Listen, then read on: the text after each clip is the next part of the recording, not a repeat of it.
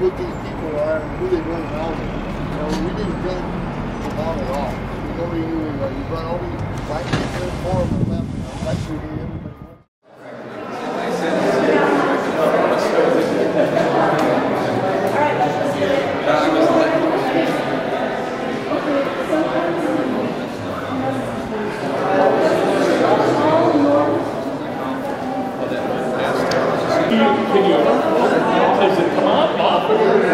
This was just a one-time thing for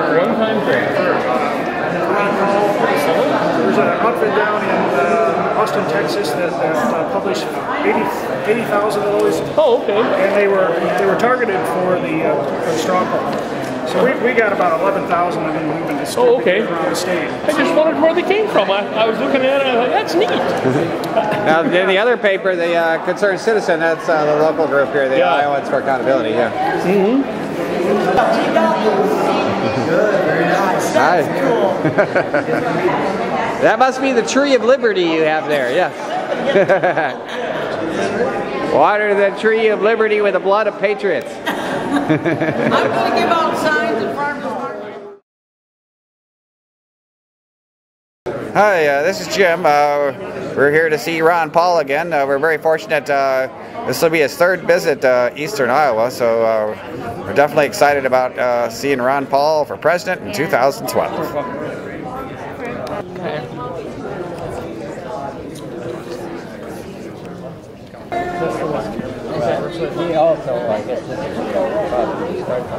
Unless we resolve this and understand that life is precious and we must protect life, we can't protect liberty. I'm Ron Paul, this message. Yay! Thank you everyone for coming today. It's a pleasure to be back here in Davenport. My name is A.J. Spiker. I'm the Vice Chairman of the Iowa campaign. I also serve on the Republican Party of Iowa State Central Committee, and it's a pleasure for me to tell you that the caucus is January 3rd, as most of you know. That is set. It's at 7 p.m. that evening. And if you're interested in getting active and helping Congressman Paul win the Republican nomination, talk to the guys outside on your way out today, because we are still looking for people to fill some precinct leadership positions in your area. And that's really the key to winning the Republican nomination, by first doing really well in Iowa. So please join me in giving a warm welcome to the champion of the Constitution, the Thomas Jefferson of our day, Congressman Ron Paul.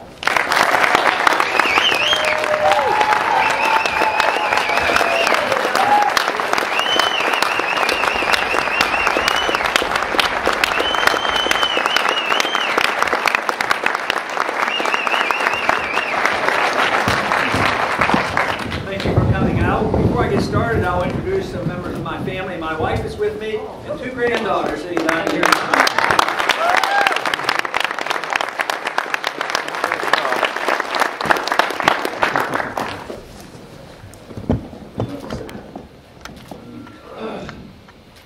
He's turning it down so you can't hear me. How about now? Do you hear me pretty well now? Yeah. Oh, very good.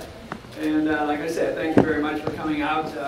The campaign has been going on for a bit, and it won't be too long until January comes along, and major decisions will be made. And AJ pointed out that this is a very significant state for sending a strong message. I've had a strong message for a long time, and I've been talking about it for many, many years, if not decades.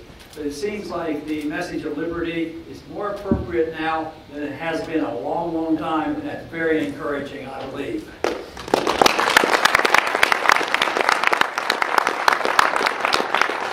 There's probably no doubt in the minds of almost all Americans that we have some serious problems. Most people identify them as economic problems. We're in the economic doldrums, unemployment is high. Probably conditions are much worse than the government admits, because they talk about unemployment rates at 9%, but if you count the people who have been underemployed and not really having a real job but only a part-time job, it's 17%. And if you count all the people who have given up looking for work, it's over 22%. And this is one reason why people feel a lot worse than when the government says, oh, okay, it's 9%, it's bad, but it's not a disaster. Most Americans I talk to feel like there's something structurally wrong and that we're not going to be over this rather quickly and we have to do some major changes. Today, though, most Americans, I think, are very frustrated with what they're getting out of Washington. They hear the talk, but nothing seems to improve. So often, Washington is driven by trying to build up a lot of fear with the people. And I think this is in all areas, whether it's foreign policy or whether it's domestic policy. The fear and the foreign policy will be, you know, we have to invade this country, we have to start another war. Before you know it, they're going to be on our shores and invading us and dropping nuclear weapons on us. And then we go to war and we find out that the fears were much overblown.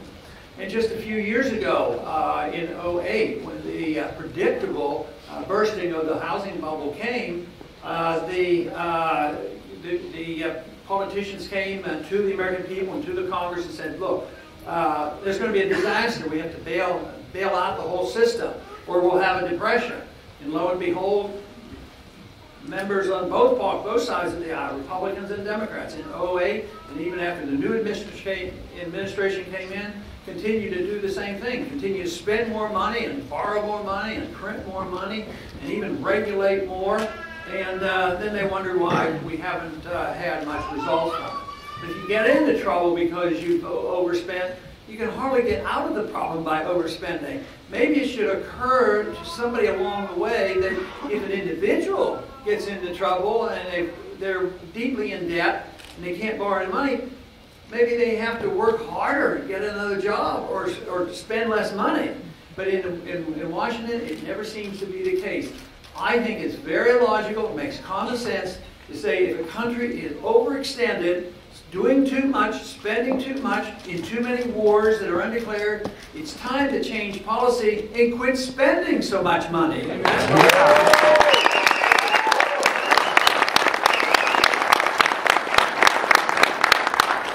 as many of you know, for many years I've talked about the monetary issue. And the monetary issue, dealing with the soundness of a currency, has a lot to do with our economic well-being. But it also has a lot to do with inviting the growth of government. And I'm talking, of course, about the Federal Reserve. Now, politicians are very good at making promises. That's how they stay in office. And the people generally get lulled to sleep and say, well, that's the job of the politician, to see how much he can bring back to the district, and he should be rewarded for this. So for many, many years, that was all that was necessary. Politicians would promise, whatever you want, we'll bring it back to you.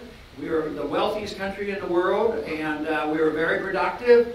We were a creditor nation, and we actually had so much we were loaning money out to foreign governments and foreign countries.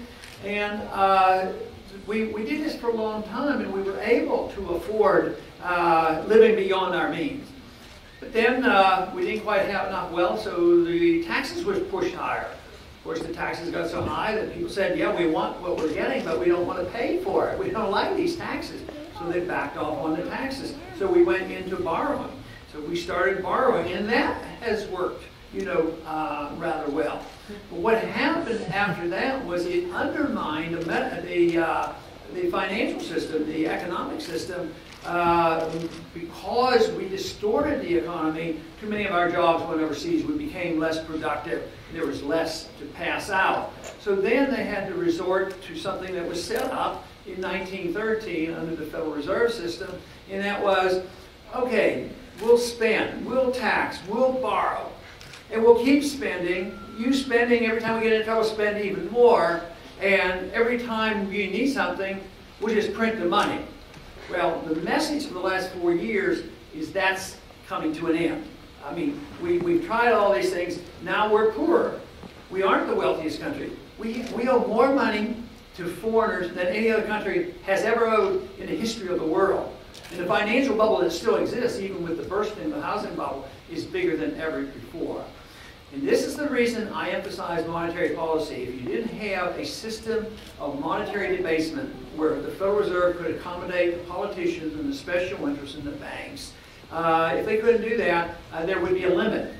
We would be forced to start cutting back. So this is the reason that over the years that we have worked very hard to expose exactly what the Federal Reserve is all about, get a full audit of the Federal Reserve, and change the way it's being run. That is my goal.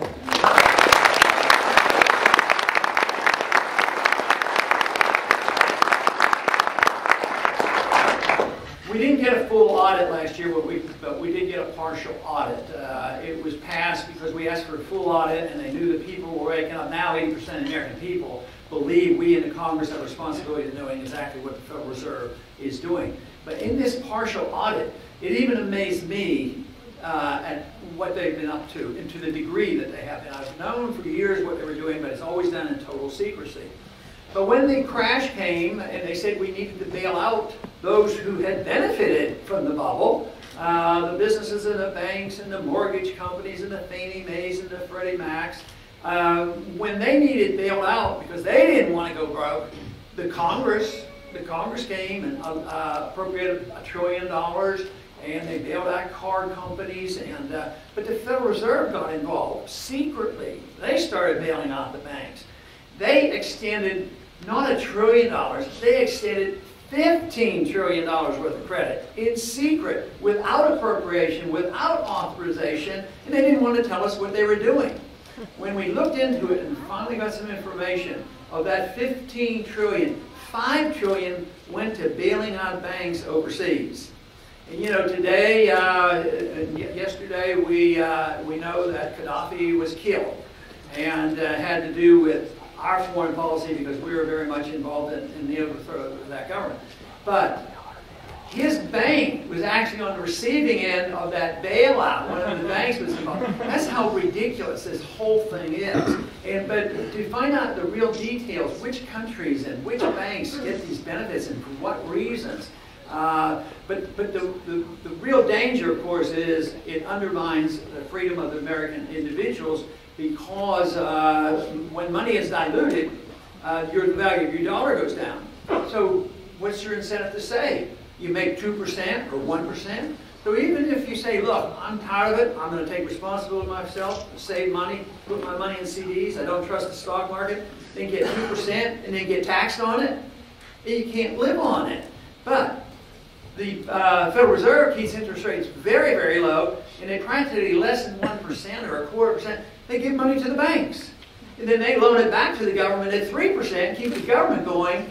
At the same time, the people who have savings, the savings are eaten up. So the whole system is very, very corrupt, and it's benefits some very wealthy people. But you know, in studying the monetary issue, we find out that traditionally, if you destroy the value of money, there is a transfer of wealth from the middle class and from the poor to the wealthy, just by the nature of how they do that. Whoever gets the money first has the benefit. By the time the money circulates, and everybody knows there's too much money out there, prices go up, and what do the people get? They get the inflation tax. And that's what prices are doing now, today. Prices are going up, much more so than the federal government tells us. And that is a tax on us. So this transfer of wealth and this understanding, why I talk about it and worry about it to a degree, is I'm highly critical, as I've already been, to the corporations that benefit and the banks that benefit and all the privileges that corporations get. If you look at the medical changes that have occurred, Obamacare and even prescription drug programs, all these always designed to help the people. Yet at the same time, guess who the lobbyists are?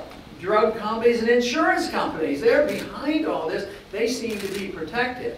But everybody who makes money, everybody who has a good living, everybody who is wealthy, didn't make it by getting it for you know, as a special benefit from big government.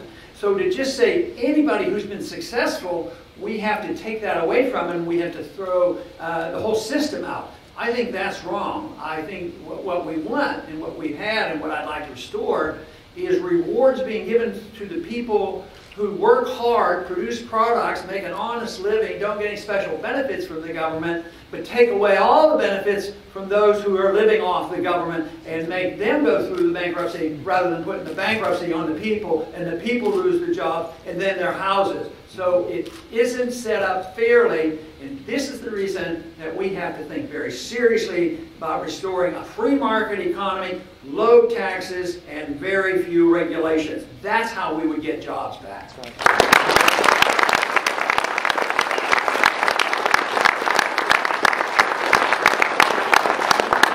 It's a tough job now reversing the events that have happened, not just a month or two. You know, I'm highly critical of what's happened with this administration. The foreign policy, I think, is a disaster. It's making things worse.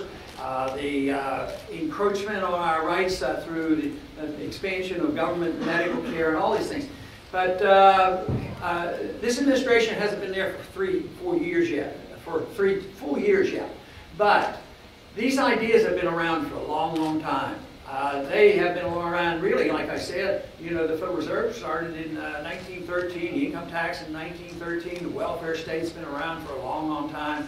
But there was a dramatic change in 1971, and that's when there were no restraints placed on the Federal Reserve and how much money they could print. That is when we lost the last link to the gold standard, and therefore just printing money was what they were able to do, and they resorted to this.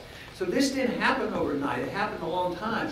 But it took all these years. As a matter of fact, the change in the balance of payments, when we started buying more from overseas than we were importing, than we were selling, that had happened in 1978. During the Depression, which was a very bad time, we were a creditor nation. But now we've been a debtor nation since 1978, and we owe like $4 trillion. And we seem to have no appetite for recognizing the real problem. The real problem is debt. If you're in debt, you have to cut back. When government's in debt, they should cut back, but they don't. When the debt gets a certain size, debt has to be liquidated before you can get growth again. And this is the struggle, because we didn't allow the liquidation of debt. We didn't allow the banks to go broke. We didn't allow the corporations to go broke. We ended up buying these assets. Treasury bought them, the Federal Reserve bought them, so they transferred these bad assets from these bankrupt companies and put them on the taxpayer.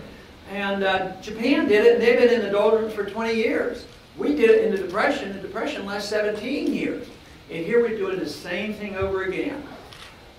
Our economy actually has been sluggish even longer than from the 08. Our economy in this country has been sluggish since the year 2000 after the NASDAQ bubble collapsed. Since the year 2000, we have produced essentially no jobs. We have the same number of manufacturing jobs that we had in the year 2000, but we have 30 million new people. And then you wonder why we're a poor country. But there's certain things that chases business overseas. We issue the reserve currency. They treat our dollar as if it were gold, which gives us a deal in the sense that we can print them and spend them overseas, and that sounded like a good deal. We get cheap products and our money goes overseas, but so do our jobs go overseas. But see, that's coming to an end because there's a limit to how long they will take these dollars and how long we can do this. So we have done that just way too long, and the debt is so big that the necessary thing that has to happen is we have to wipe the books from the debt. Individuals do this by either going through bankruptcy, working harder, spending less, getting 2 jobs, all these kind of things. And then when the debt is diminished to a certain level, then you can have growth in your own economic well-being and buy back your assets and improve yourself. But a country basically doesn't renege on paying the bills. You know, like Social Security beneficiaries, they're always going to get a check. But you know what? The check gets smaller every month in purchasing power. So they devalue the currency, and therefore real debt goes down. If they can cause prices to go up 50%, the debt goes down 50%. So you double the supply of money. They owe $14 trillion. Well, the debt's $7 trillion. They do it on purpose. But the tragedy is they're always victims. And that's what people are feeling. A lot of people don't understand it. A lot of people are very nervous, and rightfully so. It's worldwide because they have taken our dollars and they use that dollar to build up their system. Europe has done it. But a perfect example of the consequence of this is what's happening in Greece.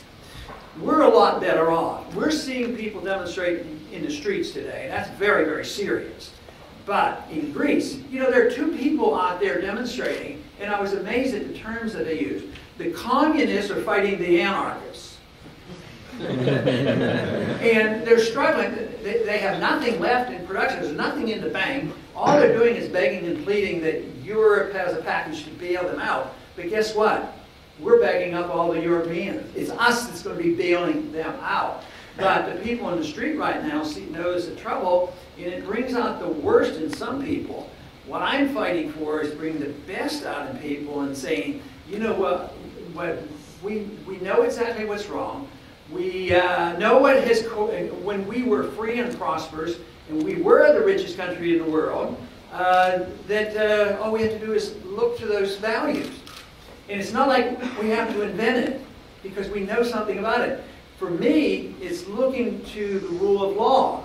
I think basically we got into this mess because we had too many people in Washington just satisfying people's demands for material things and forgetting about the fundamentals. As far as I'm concerned, the fundamentals are believing and following the Constitution and protect our freedoms. That's what we should do.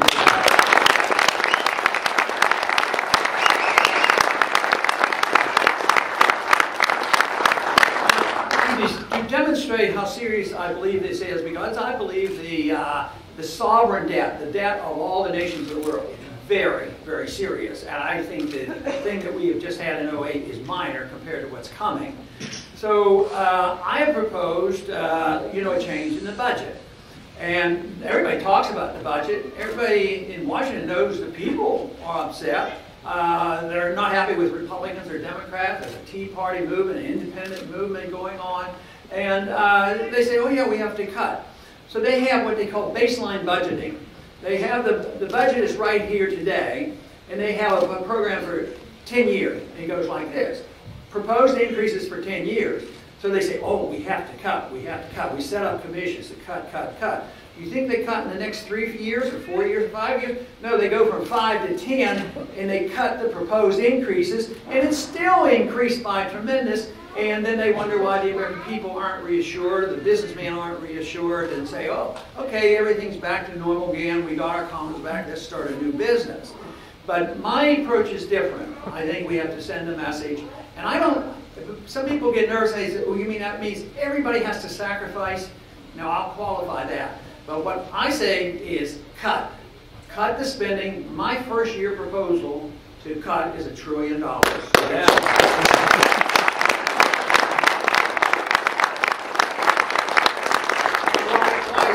That if you're an individual that just wants your freedom back and wants to take care of yourself and wants to keep what you earn, I don't know why you'd have to sacrifice. What you would be doing is getting your freedom returned to you, give you the incentive to get the IRS out of your life and earn a good living. But too many people say, oh no, this will destroy life as we know it. But there would be some that would suffer. You know, they warned us there'll be a depression coming if we don't bail them out. Yeah, the depression would have been on the big banks and the big corporations, but instead the people got the depression and they lost their jobs and they lost their houses. But I think what we're witnessing today is proof positive that government planning, government manipulation, and the welfare warfare state isn't viable. It doesn't work. It just leads to bankruptcy. But a lot of that motivation was done with a good motivation. There are a lot of bleeding hearts there that actually believe, you know, there's unfairness in the world, and the world is not equal. That's quite true. A free society is not equal. It happens to be the most prosperous society, and it happens to be the best distribution of wealth, but it's not equal. But those who say that it's government's responsibility to make sure that nobody falls through the cracks, and therefore we're going to have this program, this program, this program, and because of previous interventions, some people didn't have houses. So 20 years ago, they said, everybody deserves a house. Well, everybody has a right to earn a house, but nobody deserves a house at the expense of their neighbor. So, but they've embarked on these programs. Well, let's just print up a lot of money, make credit easy, and flush the financial sector with money, and also have mandates by Congress and say, you have to give loans to people even if they don't qualify. So it seemed to work. A lot of people were owning houses. Some people were owning 2 houses. And lo and behold, because so much money was going into housing, prices soared. And then people kept borrowing against the houses. And it looked like a gold mine for everybody. But it was very obvious to the free market economists this was a bubble, it wouldn't last, and that it would not succeed. So it was an absolute failure because guess what? The people that this was all designed for, they didn't get the bailout. I mean, somebody else did. The privileged people got the bailout.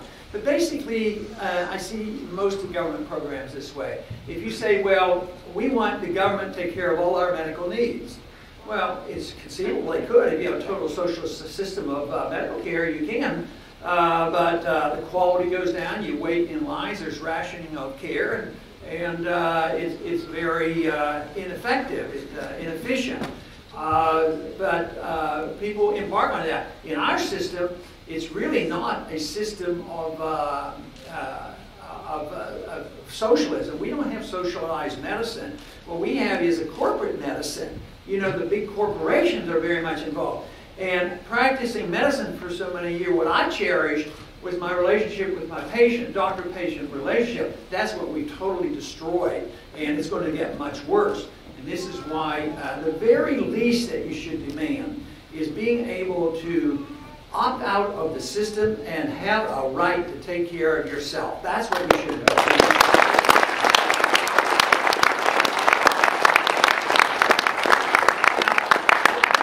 Done rather painlessly. Repealing all the laws and all the dependency on government is more difficult. Matter of fact, I don't even advocate that.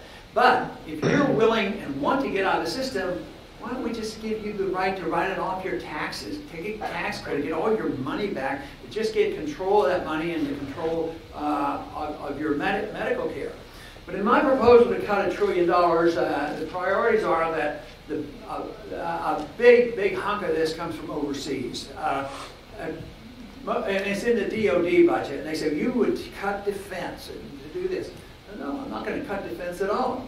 This is military expenditures. It's not defending our country. Why are we defending the border between Afghanistan and Pakistan, forgetting our border between the United States and Mexico? I would say bring the troops home and take care of ourselves here and forget about all these wars.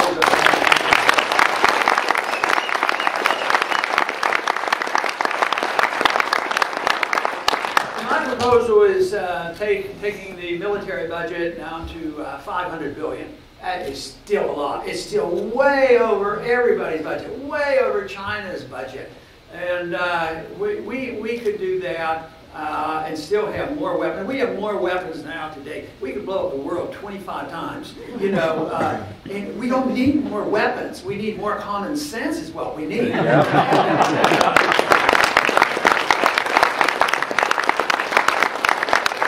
our presence in all these foreign countries stirs up more animosity and less security for us. We're in probably 150 countries. We have 900 bases. We now have 7,000 drone stations where we can bomb any postage stamp in the world, and we do it. And guess what? There's some bad people out there, but when we pretend that we are going to resolve all these conflicts by pinpointing and killing this person, that person, guess what? A lot of other people get killed too. And I have a rule that I would like to invoke and apply an old rule to our foreign policy. And I think it is a golden rule. We shouldn't ever do anything to anybody else that we don't want them to do to us as a sovereign country.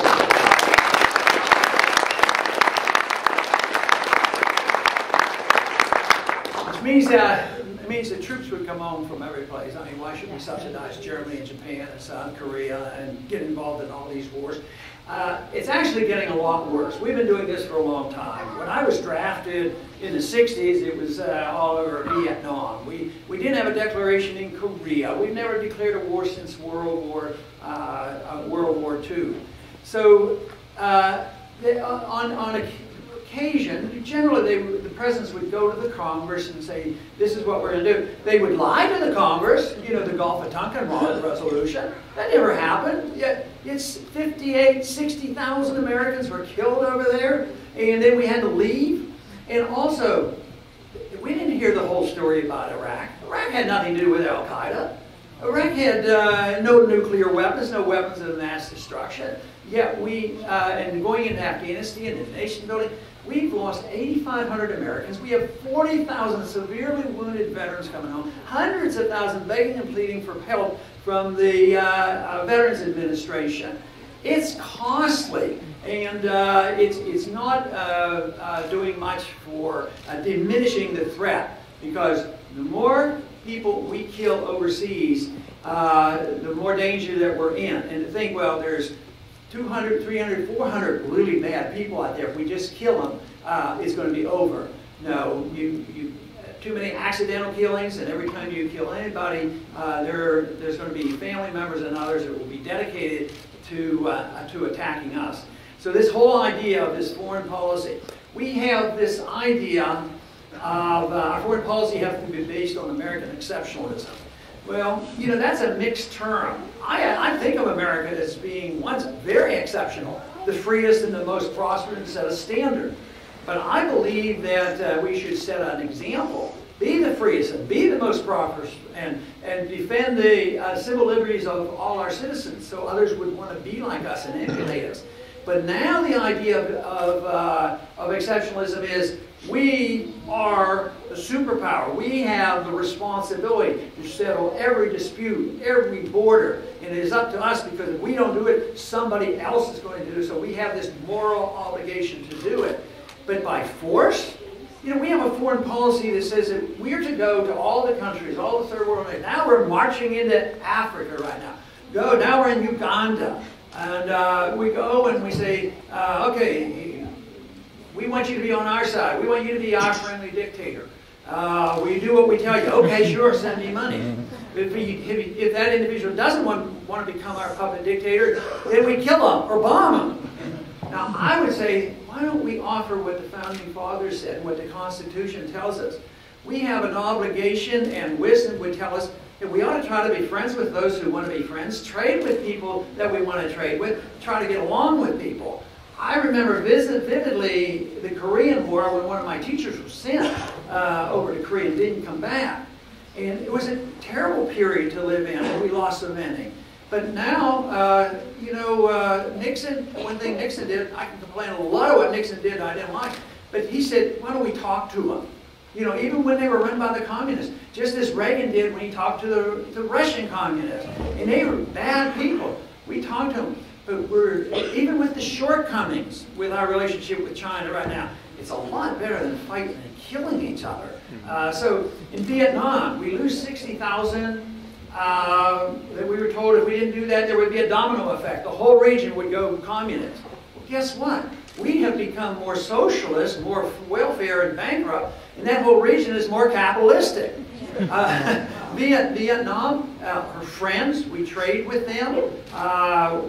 Presidents go back and forth. The president of Vietnam has been here. So I would say so much more has been achieved in peace than with war. So I just think this whole idea of foreign policy has to change. And the founders were very clear on this.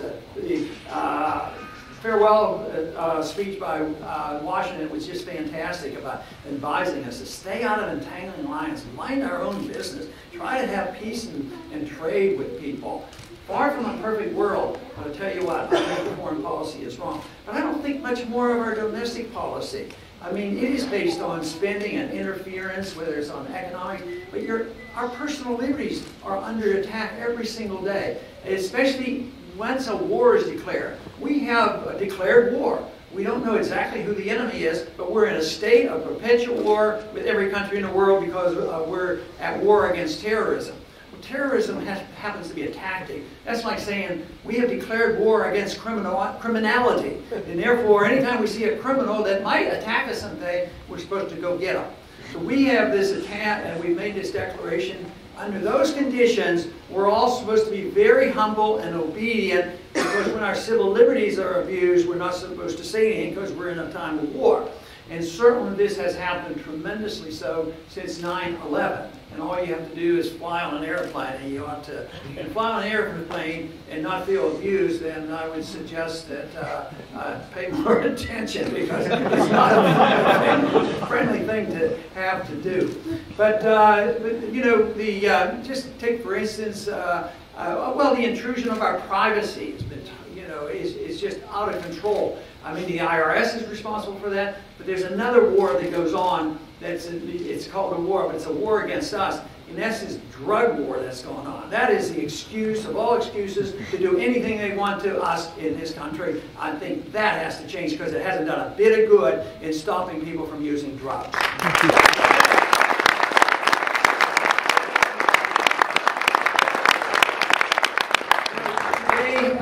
We have SWAT teams going into our homes, 50,000 a year.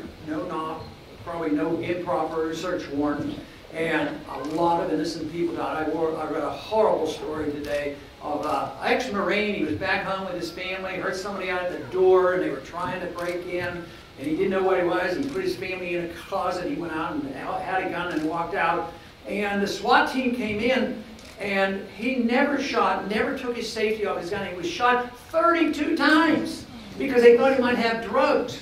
He didn't have any drugs. I mean, what are we doing to ourselves? I mean, we have to understand what liberty is all about. We are not safe because we have a lot of policemen. We are safe basically because we have a Second Amendment is the reason why.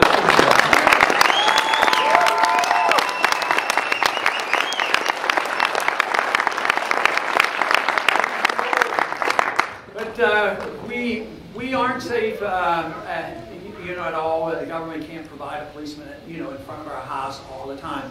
But, when we take an oath to obey the Constitution against all enemies, foreign and domestic, I have to tell you, I worry more about the threat to my liberties domestically than I do from somebody invading this country. That's just not going to happen under today's circumstances.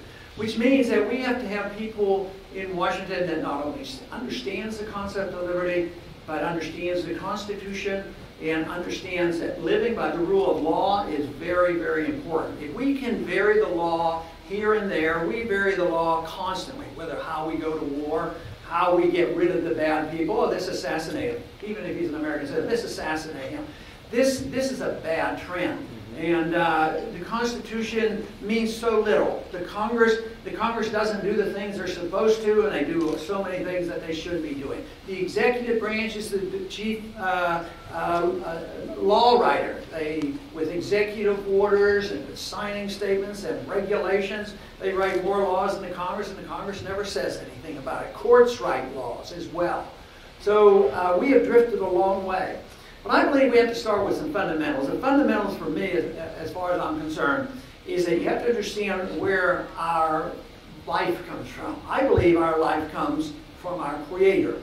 I believe that some people may call it a natural right, but it doesn't come from our government. But if we understand that that right comes in a natural way, that means you own your life and your body and you're responsible for it, and you can't pass that responsibility off to others. Economically, we think we can do it, but we don't do it for our intellectual life. We don't depend on others to tell us what we should read and believe. We don't do it with our spiritual life. We want to make our decisions.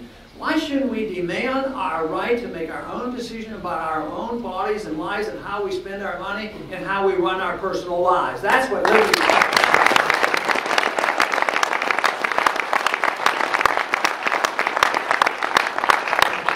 If you have a right to life and a right to liberty, then the consequence of that would be that if the responsibility is on you, you should have a right to keep what you earn.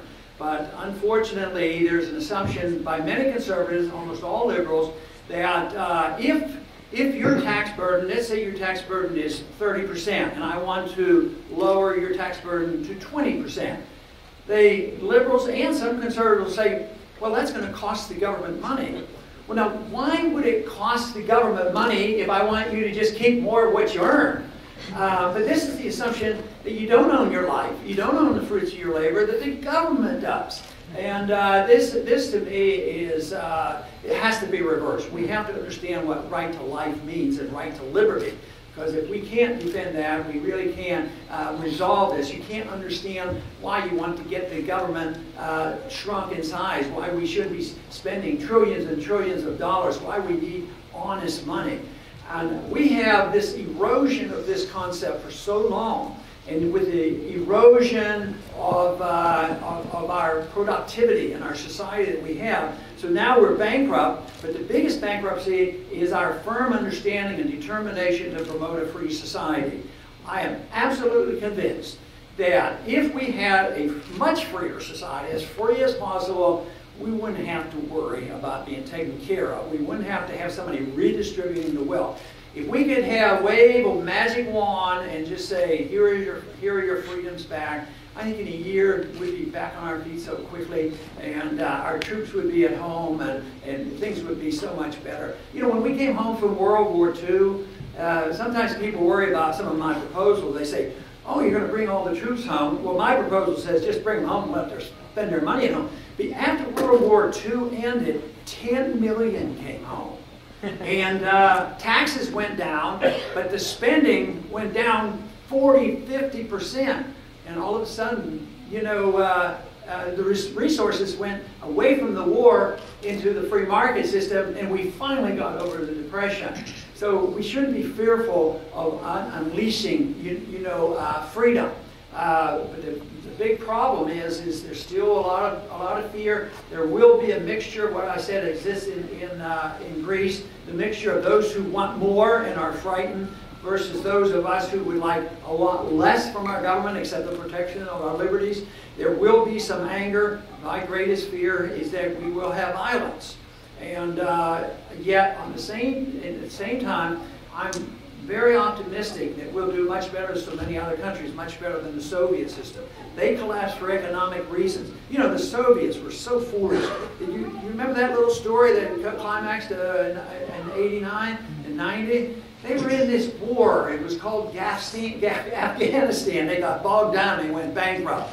Here we are doing the same thing over again.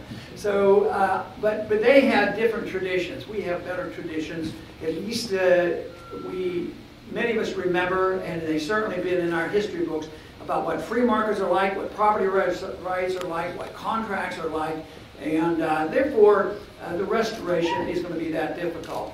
And one thing I have been so encouraged by is traveling to the campuses, because I know the young people know there's big trouble, and that they see that the answer can be found in more liberty. And this is why in the transition, one thing I've suggested, or in the proposal, is that not to strike the medical care or the Social Security benefits from those who would become dependent, because that, if we continue to do what we're doing, everybody's going to lose everything. But provide those benefits. At the same time, cut.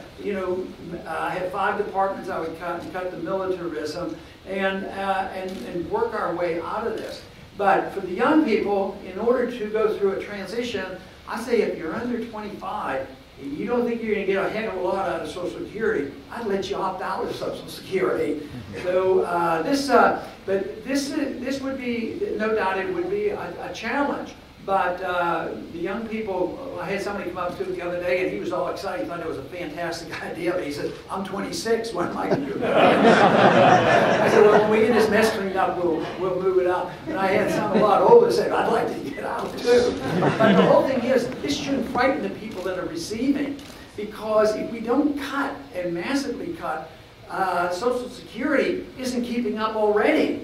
They're getting a cost of living increase this year, nothing like the real cost of living, but they didn't get any for the last 2 years. So if they know somebody is willing to cut and preserve the currency and not destroy their standard of living by this inflation tax, I think will be well received.